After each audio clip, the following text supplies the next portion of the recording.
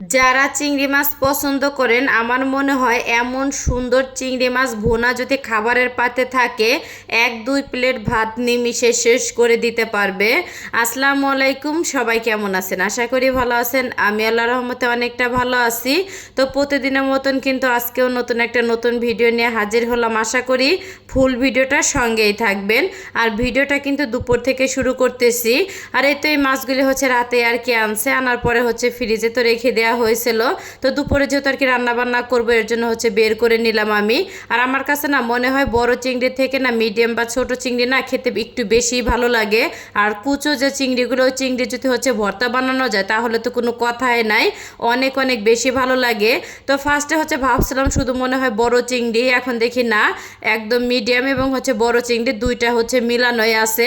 যাই হোক, আর এই তো হচ্ছে বেছে বেছে আর কি নিতেছিলাম। বড় যেগুলো সেগুলো হচ্ছে আলাদা করব, আর ছোট যে চিংড়ি মাছগুলো ওইগুলি হচ্ছে আলাদা করে আর কি রাখবো। এতে করে দেখা যেতেছে যখন রান্না করব অনেকটা সুবিধা আর কি হবে আমার জন্য।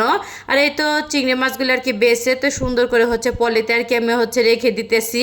যখন আর কি প্রয়োজন হবে রান্নার জন্য তখন হচ্ছে এক পোটলা করে বের করে তো রান্না করে নেব। যাই হোক, আর এই তো এখানে কিন্তু সব কিছু হচ্ছে কুটে ধুয়ে আর কি আমি রেডি করে নিয়েছি।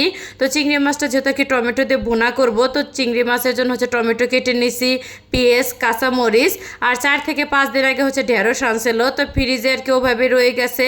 আর বেশি দিন কিন্তু ঢেঁড়স সবজিটা ফ্রিজে রেখে দিলে শক্ত হয়ে যায়, এর জন্য ভাবলাম যে হচ্ছে আর কি ভাজি করে ফেলি। আর এই তো এখানে কিন্তু তেলটা আর কি গরম হয়ে গেলে তো আমি এখানে কিন্তু হচ্ছে শুকনো মরিচটা আর কি ফোড়ন দিয়ে নিলাম।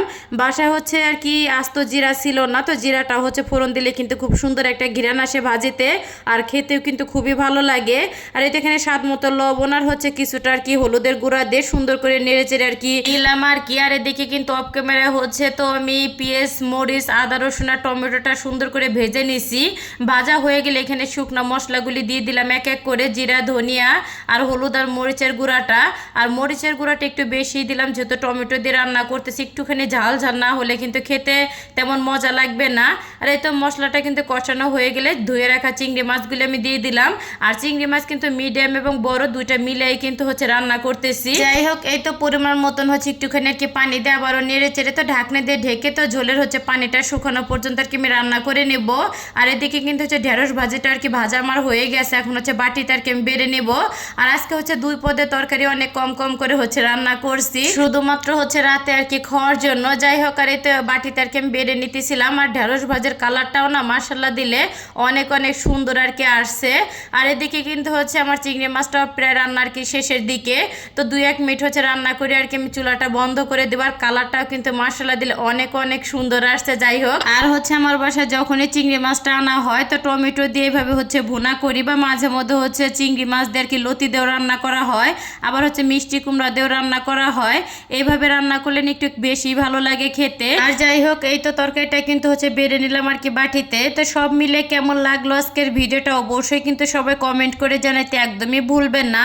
তো ভিডিওটা আমি এইখানে শেষ করলাম। সবাই ভালো থাকবেন, সুস্থ থাকবেন। আসসালামু আলাইকুম।